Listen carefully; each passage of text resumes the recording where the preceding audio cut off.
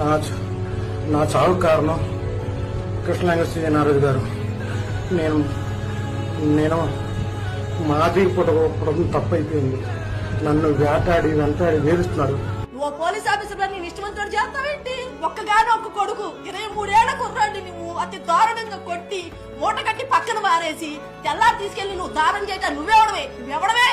నీకేం సంబంధం? నా పిల్లోళ్ళంత దారుణం చేస్తావా? అక్కడ ఉన్న పోలీసు వాళ్ళు పెట్టే టార్చర్ కి తట్టుకోలేక ఒక అతను అయితే చనిపోవడం అయితే జరిగింది. ఇంకా అతన్ని దారుణంగా టార్చర్ పెట్టి మరీ చంపడం అయితే జరిగింది పోలీసు వాళ్ళే. ఎవరైతే సూసైడ్ చేసుకుని చచ్చిపోయినో అతనికి 3 నెలల నుంచి పోలీసు వాళ్ళు అయితే టార్చర్ పెట్టడం అయితే జరుగుతుంది.